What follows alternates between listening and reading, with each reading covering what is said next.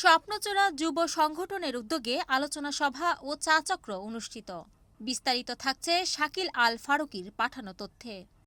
গতকাল বটিয়াঘাটা উপজেলার টালিয়ামারা বাজারে স্বপ্নচূড়া যুব সংগঠনের অফিসে বৈষম্য বিরোধী ছাত্র আন্দোলন ২০২৪-এ অংশগ্রহণকারী বটিয়াঘাটা উপজেলার বিভিন্ন ইউনিয়নের ছাত্র প্রতিনিধিদের সাথে স্বপ্নচূড়া যুব সংগঠনের আলোচনা সভা ও পরামর্শমূলক সভা অনুষ্ঠিত হয়েছে। মোহাম্মদ নজরুল ইসলাম নয়নের সভাপতিত্বে আলোচনা সভা ও বটিয়াঘাটা উপজেলার ৭টি ইউনিয়নের ছাত্র প্রতিনিধিদের নিয়ে বিভিন্ন সামাজিক দিক নির্দেশনামূলক আলোচনা সভা অনুষ্ঠিত হয়েছে। সেই সাথে স্বপ্নচূড়া যুব সংগঠনের সিনিয়র সদস্য হামিদুর রহমান ভাই সহ আরও ২ সদস্যের জন্মদিন পালন করা হয়, কেক কেটে ও মিষ্টি বিতরণ করা হয়।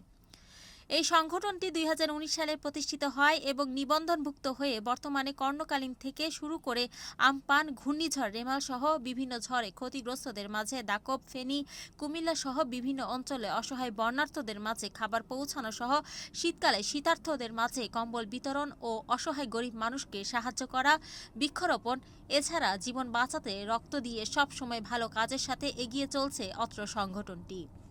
মাত্র ৯ জন নিয়ে এই সংগঠনটির যাত্রা শুরু হয়। বর্তমান সদস্য সংখ্যা ৮২ জন। এই সংগঠনটি বটিয়াঘাটা উপজেলাব্যাপী কাজ করতে চায় এবং প্রত্যেকটা ইউনিয়নের তাদের এই সামাজিক কর্মকাণ্ড ছড়িয়ে দিতে চায়।